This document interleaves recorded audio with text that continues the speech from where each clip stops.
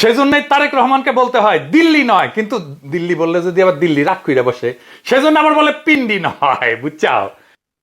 দিল্লি নয়, পিন্ডি নয়, নয় অন্য কোন দেশ, সবার আগে বাংলাদেশ। আওয়ামী বাম মহল একটা কথা ৮০ দশকে বলতো, সস্তা অ্যান্টি ইন্ডিয়ান রাজনীতি। কিন্তু তথাকথিত সেই সস্তা অ্যান্টি ইন্ডিয়ান রাজনীতি কেন বাংলাদেশের প্রবল জনপ্রিয় রাজনৈতিক ধারা হয়ে উঠলো, প্রবল জনপ্রিয় ন্যারেটিভ হয়ে উঠলো? কেন দামি রাজনীতিগুলো মার খেয়ে গেল? বাংলাদেশের রাজনীতিতে অ্যান্টি ইন্ডিয়ান রাজনীতির ধারা এতই প্রবল যে এখন কোনোভাবে ভারতের প্রশ্নে রাজনৈতিক দলকে, এমনকি সুশীল সমাজকে প্রকাশ্যে অবস্থান নিতে হচ্ছে। কিন্তু কেন বাংলাদেশের রাজনীতি এইভাবে ভারত বিরোধিতার জায়গা করে নিল? আর কেনই বা আমাদের স্পষ্টভাবে বোঝা দরকার এই অ্যান্টি ইন্ডিয়ান বলতে আমরা কি বুঝবো, এবং এই রাজনীতির আদৌ কোনো ঐতিহাসিক প্রয়োজন আছে কিনা? এই যে ভারত বিরোধিতা, এটা কি ভারত রাষ্ট্রের বিরুদ্ধে? না, একেবারেই না। বাংলাদেশে অ্যান্টি ইন্ডিয়ান রাজনীতি যত না ভারতের বিরুদ্ধে, তার চেয়ে বেশি দেশের ভিতরে, মানে বাংলাদেশের ভিতরে একটা বিশাল ঐতিহাসিক রাজনৈতিক ভাবনা, মতবাদ বা আইডিওলজির বিরুদ্ধে। এই কারণে এই অ্যান্টি ইন্ডিয়ান রাজনীতি শুধু একটা ক্ষুদ্র গোষ্ঠীর বিষয় হয়ে থাকতে পারেনি। দেশের বেশিরভাগ নাগরিক এই রাজনীতির স্টেক হোল্ডার হয়েছে, এবং তাই হাসিনা পালায় যাওয়ার পরেও সমস্ত রাজনৈতিক পক্ষেরই একটা অ্যান্টি ইন্ডিয়ান পজিশন প্রয়োজন হয়ে পড়ছে। আর একটু বুঝায় বলি, ধরেন মেক্সিকো হয়তো আমেরিকাকে পছন্দ করে না, কিন্তু সেখানে মেক্সিকোতে অ্যান্টি আমেরিকান রাজনীতি চলে কি না? চলে না। কেন? কারণ মেক্সিকোর ভিতরে আমেরিকায় যাইতে চাওয়া মানুষের সংখ্যা অনেক, কিন্তু ঐতিহাসিক রাজনৈতিক মতাদর্শে আমেরিকার তাবেদারি করার ব্যাপারটা মেক্সিকানদের মধ্যে ততখানি নাই। অন্যদিকে মেক্সিকো আমেরিকার মধ্যে যুদ্ধ হয়েছে, আমেরিকা টেক্সাস ক্যালিফোর্নিয়া দখল করেছে, ওটা মেক্সিকোর ছিল। কিন্তু আমেরিকায় কি এমন কোন মতবাদ আছে যে মেক্সিকোকে আমেরিকার অংশ ভাবে না? এখন ইন্ডিয়া এবং বাংলাদেশের দিকে নজর দিলে আমরা দেখব মেক্সিকো আমেরিকায় ওই না থাকা দুই ব্যাপারই এইখানে খুবই সক্রিয়। না থাকা কি ব্যাপার? আগে যেটা কইলাম সেটা হইতেছে ভারত বাংলাদেশকে তার ঐতিহাসিকভাবে অংশ মনে করে, এবং বাংলাদেশের মধ্যে ভারতপন্থী একটা রাজনীতি খুবই সক্রিয়। আবার পাকিস্তানে অ্যান্টি ইন্ডিয়ান মন তুমুল ভাবে আছে, কিন্তু তাদের রাজনীতিতে বাংলাদেশের মতো অ্যান্টি ইন্ডিয়া পজিশন ততটা গুরুত্ব নাই। কেননা পাকিস্তানের ভিতরে ঐতিহাসিক রাজনৈতিক মতবাদ হিসেবে ইন্ডিয়া প্রীতি নাই, বাংলাদেশের মধ্যে আছে। যদিও বাংলাদেশকে ভারত যেমন নিজের অংশ হিসেবে দেখে, পাকিস্তানকেও ঠিক তেমনি দেখে, কিন্তু পাকিস্তানের মধ্যে ভারতপন্থী কোনো রাজনীতি নাই, বাংলাদেশের মধ্যে ভারতপন্থী রাজনীতি আছে। বাংলাদেশের একটা বড় জনগোষ্ঠী আওয়ামী লীগের নেতৃত্বে, আওয়ামী লীগ, সিপিবি, বাম, নাস্তিক ভারতের রাজনীতিটা করে। তার মানে পাকিস্তানে অ্যান্টি ইন্ডিয়া রাজনীতিতে পাকিস্তানে থাকা ইন্ডিয়ান লেসপেন্সারদের ডিল করতে হয় না। বাংলাদেশে একটা বিশাল জনগোষ্ঠী আছে যারা ইন্ডিয়ান লেসপেন্সার, আমাদের আসলে তাদেরকে ডিল করতে হয়। পাকিস্তান রাষ্ট্র ইন্ডিয়া রাষ্ট্রের সাথে যুদ্ধ করে, আর আমরা বাংলাদেশের ভিতরে থাকা ইন্ডিয়ান দালালদের সাথে যুদ্ধ করি। এটাই তফাৎ। বাংলাদেশের ভিতরে ইন্ডিয়ান লেসপেন্সাররা কি বন্দুক নিয়ে যুদ্ধ করে আমাদের সাথে? না, তাদের হাতে আছে মতাদর্শ, অসাম্প্রদায়িকতা, ধর্মনিরপেক্ষতা, মুক্তিযুদ্ধের চেতনা, বাঙালি জাতীয়তাবাদ, ধর্মান্ধতার বিরুদ্ধে লড়াই, মৌলবাদের বিরুদ্ধে লড়াই, আমার সোনার বাংলা, রবীন্দ্রনাথ, প্রগতিশীলতা, এই সমস্ত মতাদর্শ নিয়ে। প্রথমে দেখি বাঙালি জাতীয়তাবাদ কেন একটা ভারতীয় মতাদর্শ। আপনি দেখেন আজকের ভারত তার ভিতরের কয়েকটা জাতীয়তাবাদী আন্দোলন নিয়ে খুবই উদ্বিগ্ন, যেমন তামিল জাতীয়তাবাদী আন্দোলন, খালিস্তান নিয়ে, নাগা জাতীয়তাবাদী আন্দোলন নিয়ে, মণিপুর নিয়ে, তেলেগু জাতীয়তাবাদী আন্দোলন নিয়ে। ভারতীয় ইউনিয়ন অটুট থাকবে কিনা তা সামলাইতে দিল্লি খুবই বিপাকে।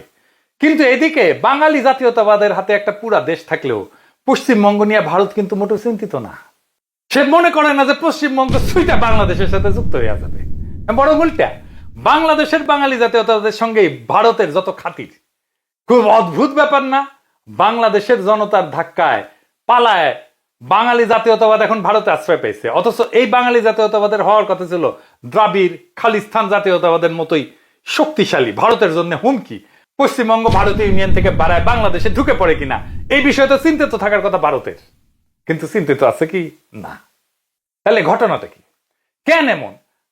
বাঙালি জাতীয়তাবাদ কেন বা কিভাবে ভারতকে পছন্দ করে, কেন দিল্লির কাছে তা হুমকি বলে মনে হয় না? এই ব্যাপারটা বুঝতে আমাদের যাইতে হবে একটু পিছনে, ইংরেজ উপনিবেশিক শাসনে, কলোনিয়াল শাসনের রাজধানী কলকাতার দিকে নজর দিতে হবে কিছুটা। তারপরে 1885 সালে কংগ্রেস জন্ম নেওয়ার পরের রাজনীতির দিকে নজর দিতে হবে। 1900 সালের পরে তো অবশ্যই, তারও আগে 1857 সালের মহাবিপ্লব, যেটাকে সিপাহী বিপ্লব বলে ইন্ডিয়ানরা, ওই সময় থেকে ব্রিটিশ ইন্ডিয়া শব্দটা আপনি বারবার পাবেন। মনে হবে যেন এটি স্বাভাবিক। আগেও যেমন এমন নামেই ডাকা হইতো। সিপাহী বিপ্লবের আগে ভারতকে ব্রিটিশ ইন্ডিয়া বলে ডাকা হইতো কি না। ইংরেজদের নথিপত্রেও আগে হিন্দুস্থান লেখা হইতো, ব্রিটিশ ইন্ডিয়া না। মোগল আমলে এই নামটা স্থায়ী হয় এবং সেটাই চলতেছিল। কিন্তু 1857 সালে সিপাহী বিপ্লবের পরে যখন মোগল শাসনের অবসান হইয়া হিন্দুস্থান ব্রিটিশ শাসনের অংশ হয়, তখন হিন্দুস্থানের পরিবর্তে ব্রিটিশ ইন্ডিয়া ধীরে ধীরে আনুষ্ঠানিক হয়ে ওঠে। তবে তারও আগে ওরিয়েন্টালিস্টরা হিন্দুস্থানের পরিবর্তে ইন্ডিয়া নামে ডাকতে শুরু করে। এই বদলের একটা জটিল অর্থ আছে, কি সেটা বুঝা দেখি, খুব খেয়াল করে নজর করবেন। হিন্দুস্তান শব্দটার ভেতরে ফার্সি আছে, এমনকি শব্দটাই ফার্সি হিন্দুস্তান শব্দটা, কিন্তু অর্থে এটা অত্যন্ত লোকাল, আবার স্থানীয়। এতে হিন্দু শব্দটা আছে, কিন্তু সেটা আবার ধর্মীয় না। হিন্দুস্থানের মধ্যে হিন্দু শব্দ যেমন আছে, তেমনি ফার্সি প্রভাবে আসা ইসলামও আছে। এখানে দেশি বিদেশি বিভাজন নাই, উপনিবেশকারী এবং উপনিবেশিত নাই। মোগল প্রশাসনিক এবং সামরিক আমলাতন্ত্রে কিন্তু হিন্দুরা সংখ্যায় বেশি ছিল, বেশ শক্তিশালী অবস্থানেই ছিল। দিল্লি সেই মুঘল আমল থেকে হিন্দু সংখ্যাগরিষ্ঠ শহর। মোগলদের বিরুদ্ধে অনেক মুসলমান যুদ্ধ করছে। ধর্ম এখানে রাজনৈতিক বন্ধু বিরোধিতায় তেমন প্রভাব ফেলতে পারেনি, বরং মুসলমানদের মধ্যে শিয়া সুন্নির বিভেদ ছিল। সেই বিভেদে আওরঙ্গজেব তার দরবারে শিয়াদের হটায় হিন্দু অভিজাতদের বেশি করে স্থান দিয়ে দিয়েছিলেন। বিষয়টা কোনোভাবেই হিন্দু মুসলমান দ্বন্দ্ব ছিল না, হিন্দুস্তান ধর্ম নির্বিশেষে একটা রাজনৈতিক এবং সাংস্কৃতিক পরিচয় ছিল। মুসলমানদের মধ্যেও হিন্দুস্তান সব নামটা ধর্মভাব আনত না। আল্লামা ইকবাল লেখেন, সারে জাহাসে আচ্ছা হিন্দুস্তান আমারা। জোশ মালিহাবাদী একজন তীব্র জাতীয়তাবাদী কণ্ঠস্বর ছিলেন মুসলিম। তার অনেক উর্দু কবিতায় হিন্দুস্তান শব্দটা ব্যবহার করছেন স্বাধীনতার আগে এবং পরে। তুঝে আউর কিসকি হায়, হিন্দুস্তান তেরা হায়। তোর আর কিসের দুঃখ আছে, হিন্দুস্তান তো তোরই দেশ। ফয়েজ আহমেদ ফয়েজ, যদিও তিনি পাকিস্তানের নাগরিক হয়েছিলেন, তার কবিতায় ভারত বুঝাইতে হিন্দুস্তান শব্দটা ব্যবহার করছেন বারে বার। হিন্দুস্তানকে সামন মে হামনে ভি পাহাড় দেখতে হয়। হিন্দুস্তানের বাগিচায় আমরাও একদিন বসন্তের রং দেখেছি। কিন্তু ইন্ডিয়া নামের এই ধারণাটা সরাসরি সেই বেদ পুরাণের প্রসঙ্গ, একটা আর্য সভ্যতা, তাই ইন্ডিয়া মানে ভারত, ভারতের রাজত্ব। সেই পুরাণে ওই অঞ্চল আজকের ভারতের মহারাষ্ট্রের একটা অংশ হইলেও আজকের হিন্দুত্ববাদীরা যে ইন্ডিয়া ভারত নির্মাণ করে, তাতে হিন্দুকুশ পর্বতমালার পূর্বে হিমালয়ের দক্ষিণের সমগ্র ভূখণ্ডই ভারতের এলাকা। ফলে এই সমগ্র ভূখণ্ড হিন্দুদের স্বাভাবিক আবাসভূমি, ন্যাচারাল হ্যাবিটেট। দেখেন, এটাই কিন্তু ইসরায়েলের দাবি। সে ধর্ম থেকে ধৈর্য নিছে এইটা তার প্রমিজ ল্যান্ড ইসরায়েল। এই ধারণায় ভারতের সেই ভূখণ্ডে বারবার আক্রমণ হয়েছে, সেই আলেকজান্ডার থেকে শুরু করে মোহাম্মদ বিন কাসিম পর্যন্ত। লক্ষ্য করার বিষয়, যে আলেকজান্ডার বা আধুনিক ইংরেজরা তারা আর্য, ফলে হিন্দুদের বংশগত আত্মীয়, কিন্তু আরবরা সেমেটিক, মধ্যপ্রাচ্য থেকে আসছে। উপরন্ত রাজা আলেকজান্ডার এখানে কোনো ধর্ম রেখে যায়নি, কিন্তু আরবরা ইসলাম নিয়ে আসছে এবং ছড়াইছে হিন্দুদের স্বাভাবিক আবাসভূমিতে। এইটা একটা অন্যায় করে ফেলছে মুসলমানেরা। তাই আরবরা বিদেশি, ইসলাম বিদেশি, ইনভেডার, আক্রমণকারী। আলেকজান্ডার ইনভেডার না, ইংরেজরাও ইনভেডার না, ইনভেডার মুসলমানেরা, তারা বহিরাগত। আপনাদের মনে আছে বর্ষা বিপ্লবের আগে আমি পাঠ্যপুস্তক নিয়ে এপিসোড বানাইতেছিলাম, আমি দেখাইতেছিলাম কিভাবে বাংলাদেশের পাঠ্যপুস্তকে মুসলমানদের বহিরাগত হিসেবে দেখানো হয়েছে। এটাই ইন্ডিয়ার গ্র্যান্ড প্ল্যান, ও বাংলাদেশের জনগোষ্ঠীকে একেবারে ইন্ডিয়ান বানাই ফেলতো পুরাই মননে। অর্থাৎ হিন্দুস্তান নামের মধ্যে যে শত্রুর অনুপস্থিতি ছিল, সেই শত্রুকে খুঁজে পাওয়া গেল ইন্ডিয়া বা ভারত এই নামের ধারণার মধ্যে। 19 শতকের দ্বিতীয়ার্ধে যে ইন্ডিয়ান ন্যাশনালিজম গড়ে উঠতে দেখি আমরা, তার গোড়ায় সেই হিন্দুত্ববাদী চিন্তা। সেই কারণে এটা ইন্ডিয়ান ন্যাশনালিজম, হিন্দুস্তানি ন্যাশনালিজম হইতে পারেনি। এবং হিন্দুত্ববাদের উপরে নির্ভর করতে গিয়া ইন্ডিয়ান ন্যাশনালিজমকে একটা বিশ্বাসঘাতকতা করতে হয়েছে। 1857 সালে সেই মহাবিপ্লবের সাথে সিপাহী বিপ্লবের সঙ্গে বিশ্বাসঘাতকতা করতে হয়েছে। সে বিশ্বাসঘাতকতা না করলে হিন্দুস্তান সেইরা ইন্ডিয়ান হওয়া যেত না। বিশ্বাসঘাতকতা কি? কংগ্রেস, বিজেপি কেউ স্বীকার করে না যে সিপাহী বিপ্লব আসলে নিছক সিপাহীদের বিপ্লব ছিল না, এটা বিদ্রোহ ছিল না, এটা ভারতবর্ষের প্রথম স্বাধীনতা সংগ্রাম ছিল। ভারতীয় জাতীয়তাবাদের প্রথম প্রজন্ম দাদাভাই নওরোজি, গোখলে, রনারে, সুরেন্দ্রনাথ ব্যানার্জি প্রমুখ সিপাহী বিপ্লবকে একটা বিদ্রোহ হিসেবে সেনা অসন্তোষ বলে চিহ্নিত করছেন, জাতীয় মুক্তি সংগ্রামের অংশ হিসেবে করেন নাই। এদের ব্যাখ্যায় ছিল সিপাহীরা ছিল অনিয়ন্ত্রিত, ধর্মান্ধ, কুসংস্কারগ্রস্ত, যারা আধুনিক জাতীয় চেতনার ধারক না। অথচ বাস্তবে 1857 সালের বিদ্রোহে ধর্ম, সংস্কৃতি, ইতিহাস এবং ভূমি রক্ষার সংগ্রামে এক হয়ে গেছিল হিন্দুস্তানবাসী। এটা একটা জনযুদ্ধের রূপ নিয়েছিল উত্তর এবং মধ্য ভারতে। ভারতীয় জাতীয়তাবাদী ইতিহাস চর্চা, বিশেষ করে নেহেরু গান্ধী পরবর্তী রাষ্ট্রীয় বয়ানে সিপাহী বিপ্লবকে একটা ব্যতিক্রমী ঘটনা হিসেবে দেখাইছে, যেন এটা জাতীয় মুক্তিযুদ্ধের ধারাবাহিকতায় কোনো গুরুত্বপূর্ণ মাইল ফলকই ছিল না। স্কুলের বই ইন্ডিয়ায় দেখানো হয় যে সিপাহীরা শুধু ধর্মীয় কারণে ক্ষুব্ধ ছিল, রাজনৈতিক লক্ষ্য ছিল না। গল্প বানানো হয় গান্ধী প্রথম সত্যিকারের জাতীয়তাবাদ আনছেন 1947 সালে। তাই কংগ্রেসের গান্ধী নেহেরুর তৈরি রাষ্ট্রের নাম ইন্ডিয়া এবং ভারত হিন্দুস্তান হইতে পারেনি। তাদের জাতীয় সঙ্গীত হইতে পারেনি সারা জাহাসে আচ্ছা হিন্দুস্তান আমারা। মহাভারতের ধারণা ভারত রাষ্ট্রের গোড়া হওয়ার কারণেই নেহেরু কংগ্রেসের জন্য ইউনাইটেড ইন্ডিয়া প্রয়োজন হয়ে দাঁড়াইছিল। সেই কারণে জিন্নার কনফেডারেট ইন্ডিয়া গঠনের প্রস্তাব তারা প্রত্যাখ্যান করে, বা বাংলাদেশ নামে আলাদা একটা রাষ্ট্রের ধারণা জিন্না মানলেও কংগ্রেস নেহেরু তা মেনে নেয় না। এই জন্যই সিকিম বা হায়দ্রাবাদ দখল করতে হয়েছে নেহেরুর কংগ্রেসকে, ভুটানকে করদ বানাইতে হয়েছে, সমস্ত প্রিন্সলি স্টেটকে খাইয়া ফেলতে হয়েছে, শেষে কাশ্মীরকেও খাইয়া দিছে। খেয়াল করলে দেখবেন ইন্ডিয়া একটা কান্ট্রি ইন মেকিং। 1947 সাল তার আধুনিক সূচনা বিন্দু মাত্র। একটা নদীর যেমন চর জাগে নতুন জমি হয়, তেমন ভারত ক্রমাগত তার বর্ডার বাড়াইছে, তার ভূমি বাড়াইছে। 1948 সালে 82,000 বর্গ মাইল এলাকার নিজাম শাহী হায়দ্রাবাদ রাজ্য আক্রমণ করে দখল করে নেয়। জম্মু কাশ্মীর 16,309 বর্গ মাইল এলাকা, জুনাগড় রাজ্য 3,337 বর্গ মাইল এলাকা, 1961 সালে গোয়া রাজ্য 1,429 বর্গ মাইল এলাকা, 1975 সালে সিকিম রাজ্য 2,740 বর্গ মাইল এলাকা। বাংলাদেশকে যদিও যুক্ত করে নাই, কিন্তু তাকে একটা করদ রাজ্য বানাইছে। বাংলাদেশকে ধরলে সর্বমোট 1,62,405 বর্গ মাইল এলাকা সামরিক অভিযান চালায় দখল করে ফেলে। এই এলাকা জার্মানি অথবা পোল্যান্ডের এরিয়া থেকেও বেশি। এর মধ্যে 1,05,084 বর্গ মাইল এলাকা নিজের সাথে অফিসিয়ালি অ্যানেক্স করে নেয়, মানে নিজের ভূমির অংশ করে নেয়। আজকাল ভারতে কংগ্রেস আর আরএসএস বিজেপি অনেকের কাছে খুব আলাদা মনে হতে পারে, কিন্তু বিজেপি আদতেই কংগ্রেসেরই একটা বিবর্তিত বাছুর। কারণ সেই হিন্দু জাতীয়তাবাদীদের তৈরি ইন্ডিয়া দুইটারই স্বপ্নের শরিকির নাম।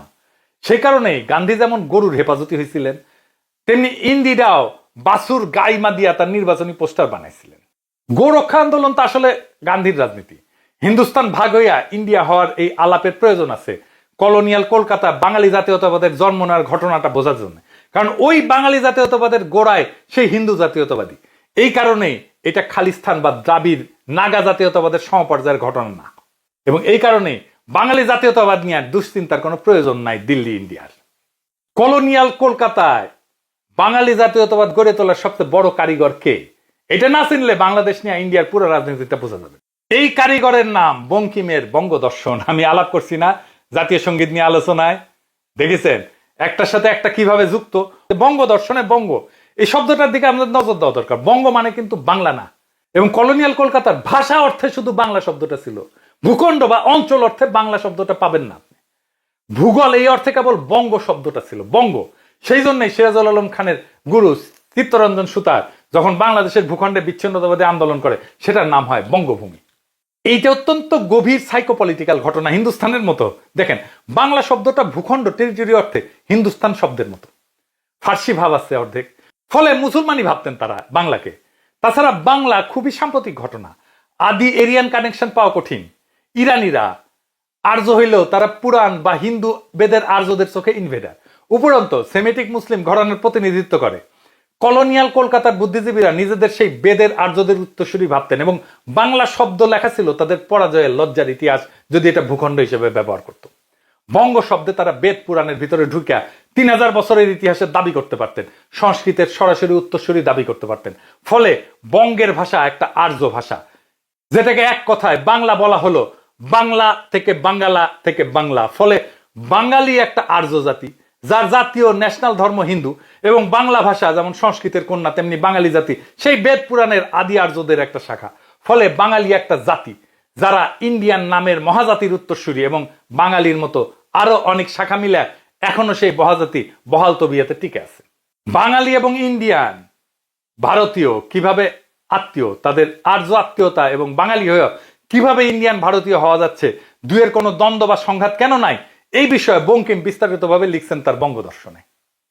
ইন্ডিয়ান আর্য ভারত নিয়ে বঙ্কিমের স্বপ্ন পরে আগায় নিয়ে গেছেন রামকৃষ্ণের শিষ্য বিবেকানন্দ, তারপর রবীন্দ্রনাথ, অবনীন্দ্রনাথ আঁকছেন ভারত মাতা, এবং শেষ পর্যন্ত কংগ্রেস বানাইছে ইন্ডিয়া ভারত।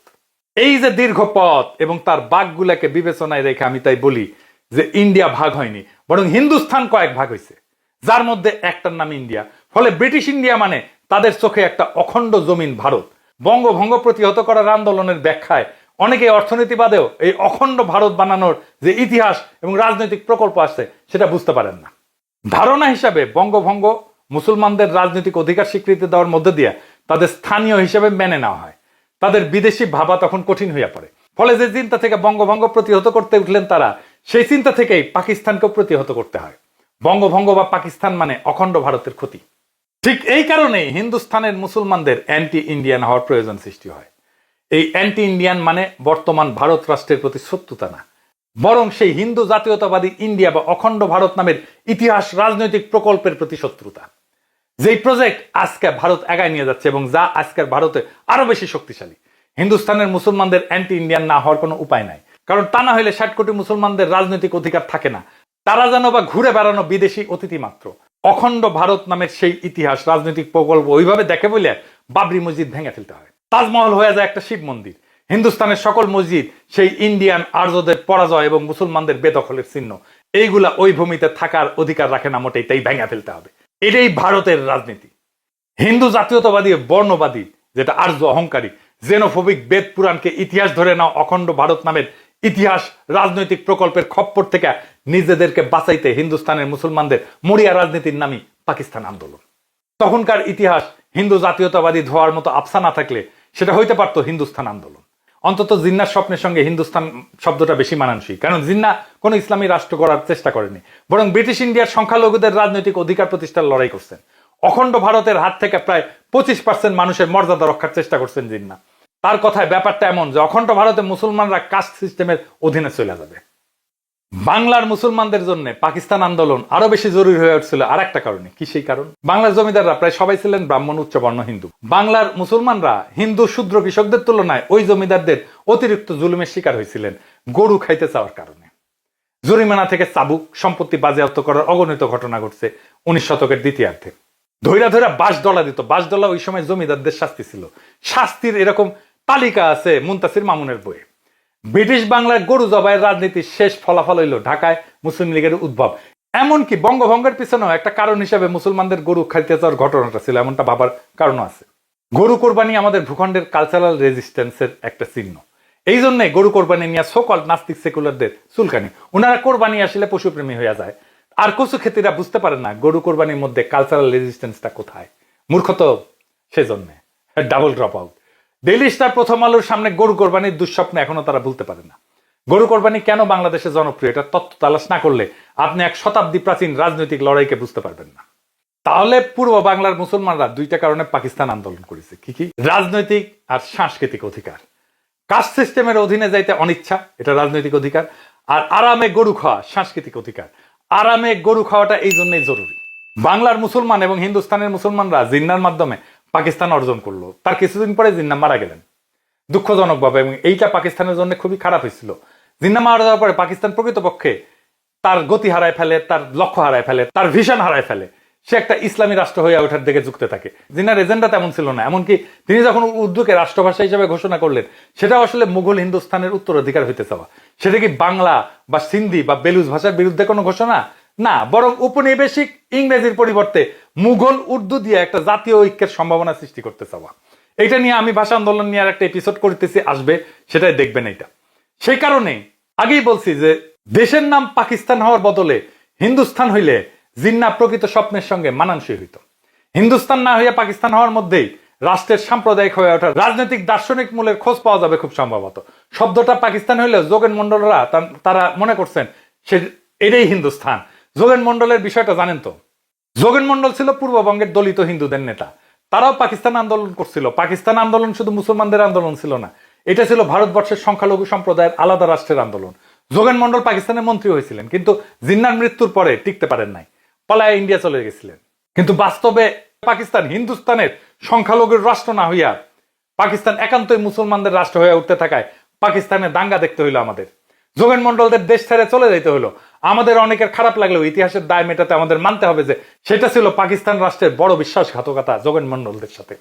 এখনো ইন্ডিয়ানরা আইসা বলে যে যোগেন মন্ডল কেন ইন্ডিয়া পালাইছিল। পাকিস্তান রাষ্ট্রে যোগেন মন্ডল শুধু না, বাঙালি মুসলমানদেরকে তো রাখতে পারে নাই, তাই না?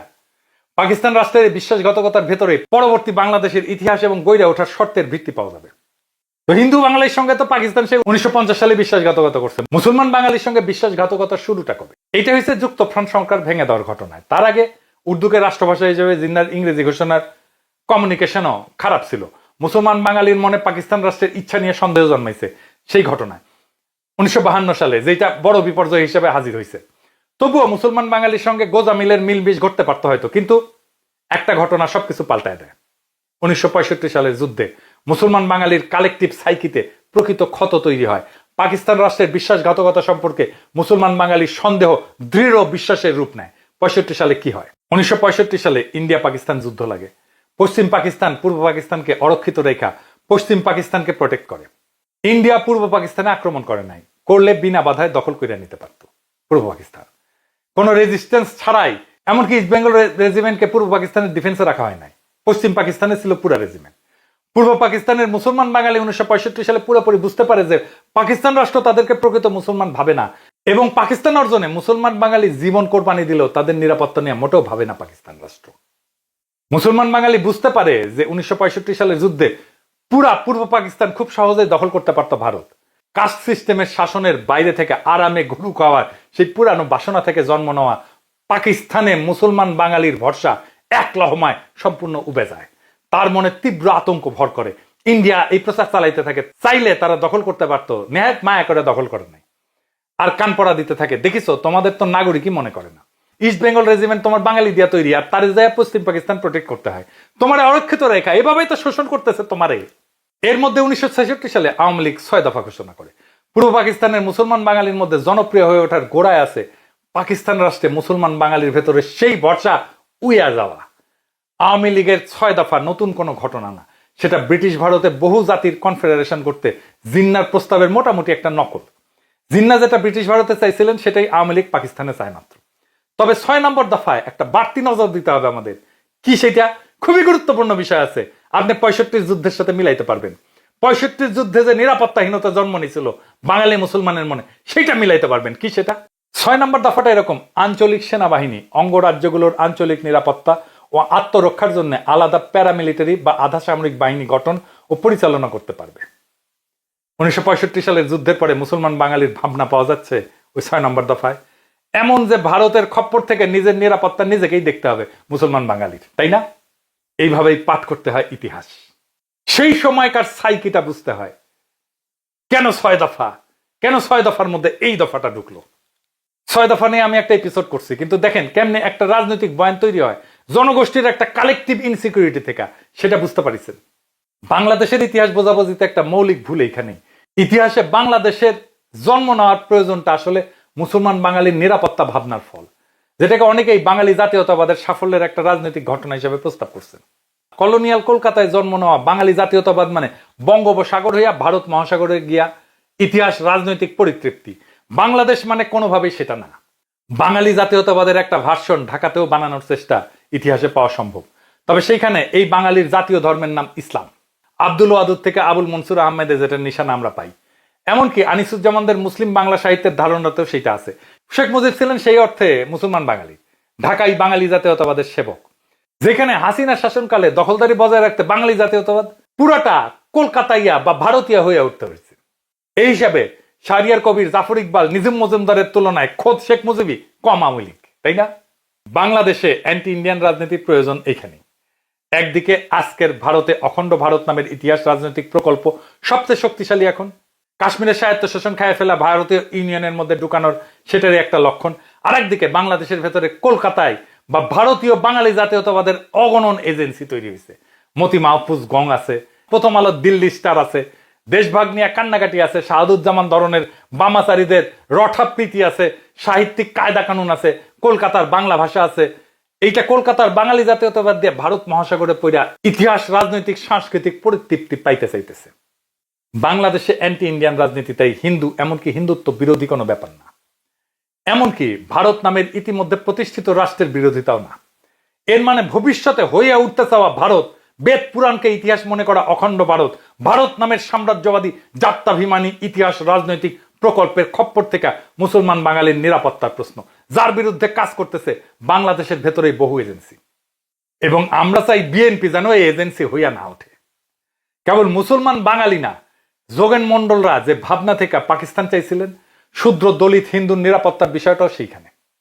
কেননা এখনো ভারতে তো দলিত হিন্দুকে পেটানো হয় ব্রাহ্মণের রাস্তায় হাঁটার জন্য বা গরু খাওয়ার অপরাধে। দলিত হিন্দুরা তো গরু খায়, তাই না? ওদের উপরে প্রস্রাব কইরা দেয় না দলিত হিন্দুদের উপরে, উচ্চবর্ণের হিন্দুরা। বাংলাদেশে যতদিন এই এজেন্সিগুলো শক্তিশালী থাকবে, দেশে অ্যান্টি ইন্ডিয়ান রাজনীতি প্রয়োজন থাকবে ততদিন। এবং এই অ্যান্টি ইন্ডিয়ান রাজনীতি মুসলমান, বাঙালি এবং দলিত হিন্দুর নিরাপত্তা বা স্বার্থের দূরত্ব যত কমাতে পারবে তত সফল হইতে পারবে। হিন্দু মুসলমান ছাড়া, এই দুইটা বড় ধর্ম ছাড়া বাংলাদেশে আরো বহু জাতি আছে। বাংলাদেশে যদি সেই জিন্নার দৃষ্টিতে দেখা একটা বহুজাতির কনফেডারেশন হিসেবে ভাবা সম্ভব হয়, যেখানে সকল জাতির অভিন্ন স্বার্থের নাম বাংলাদেশ, সেটাই অ্যান্টি ইন্ডিয়ান রাজনীতির শেষ গন্তব্য হবে। যে কোনো নিপীড়ন অতিক্রম করতে চাওয়া একটা ইতিহাস রাজনৈতিক প্রকল্প হয়ে উঠতে না পারলে সত্যিকারের সাফল্য ঘটবে না সেই রাজনীতির। পাকিস্তান রাষ্ট্রের মতো বিশ্বাসঘাতকতা কইরা যেন তাসের রাষ্ট্র না বানাই, আমরা কিন্তু পারবো এটা করতে। সেইটা করার সম্ভাবনা তৈরি হয়েছে হাসিনাকে খেদানোর পরে। বাংলাদেশের রাজনীতি আজ এক সন্ধিক্ষণে দাঁড়ায় আছে, যেখানে পুরানো ভ্রান্তি আর নতুন বোধের সংঘর্ষ চলতেছে। আর সেই সংঘর্ষের মধ্যে জন্ম নিচ্ছে আগামী দিনের দিক নির্দেশনা। যারা এখনো ভাবে যে অ্যান্টি ইন্ডিয়ান রাজনীতি শুধু কিছু র্যাডিক্যাল আবেগী প্রাদেশিক মানুষের ছেলে খেলা, তারা ইতিহাসের সবচেয়ে গুরুত্বপূর্ণ সংকেতগুলো বুঝতে ব্যর্থ। এই রাজনীতি কোনো প্রতিক্রিয়া না, বরং এক দীর্ঘ গভীর প্রজন্মান্তরে সঞ্চিত রাজনৈতিক আত্মচেতনার প্রকাশ। একটা ঐতিহাসিক বিশ্বাসঘাতকতার বিরুদ্ধে উত্তরাধিকার রক্ষা করা, সাংস্কৃতিক অসম্মানের বিরুদ্ধে অস্তিত্বের লড়াই, আর নাগরিক মর্যাদা ছিনিয়ে নেওয়ার একটা যৌক্তিক প্রতিরোধ। এটা কেবল ভারত রাষ্ট্রের বিপক্ষে না, বরং সেই ইতিহাস রাজনৈতিক প্রকল্পের বিরুদ্ধে যা আমাদের ভিতরে ঢুকে পড়া আমাদের শিকড় কাটতে চায়, আমাদের আত্মপরিচয় মুছে ফেলতে চায়। বিএনপি কিংবা অন্য যে কোনো দল যদি এই জনগোষ্ঠীর প্রাতিষ্ঠানিক সত্তা, সাংস্কৃতিক অধিকার আর রাজনৈতিক নিরাপত্তার এই সংগ্রামকে না বোঝে, তবে ইতিহাস তাদের ক্ষমা করবে না। এই সংগ্রাম কোনো দলের একার না, এটা পুরা জাতির আত্মরক্ষার সংগ্রাম। আমাদের সামনে একটা সুযোগ আসছে। ভারতের ইতিহাস রাজনীতির আগ্রাসন এবং আওয়ামী দালালি সিস্টেমের ধ্বংসস্তূপের উপরে দাঁড়ায় এক নতুন বাংলাদেশ নির্মাণের সুযোগ। এই অভিযাত্রায় ভারতের রাজনৈতিক আকাঙ্ক্ষার বিরুদ্ধে স্পষ্ট অবস্থান নিতে হবে। বাংলাদেশ একটা মাত্র জাতির না, বহু জাতির সম্মিলিত চুক্তিনামা, যেখানে মুসলমান, হিন্দু, আদিবাসী, দলিত, নারী, গ্রাম আর শহর সবার অভিন্ন স্বার্থে লেখা থাকবে আমরা কেউ কারো উপর কর্তৃত্ব করব না, কেউ কারো দালাল হব না। আমরা সবাই এই মাটির মালিক। এই মাটির মিছিলে যারা থাকবেন তাদের কণ্ঠ উঠবে সেই চিরচেনা ধ্বনি। আমরা দালালি চাই না, আত্মমর্যাদা চাই। আমরা করুণা চাই না, অধিকার চাই। আমরা বিভক্তি চাই না, একতা চাই। বাংলাদেশের পক্ষে একতা, অখণ্ড ভারত নামক প্রকল্পে বিলীন হয়ে যাওয়ার আশঙ্কার বিরুদ্ধে। বাংলাদেশের ভূখণ্ডের জনগণের একটাই আশঙ্কা, মহাভারত নামের ব্ল্যাক হোল আমাদের কাশ্মীরের মতো, হায়দ্রাবাদের মতো খাইয়া ফেলে কিনা। এইবার কোনো বিশ্বাসঘাতকতা না, এইবার আমরা ইতিহাস লিখব নিজেদের নামে, নিজেদের কালি দিয়ে, নিজেদের স্বাধীনতা নিয়ে। আমরা পারবো ইনশাল্লাহ। ইনকিলাব জিন্দাবাদ।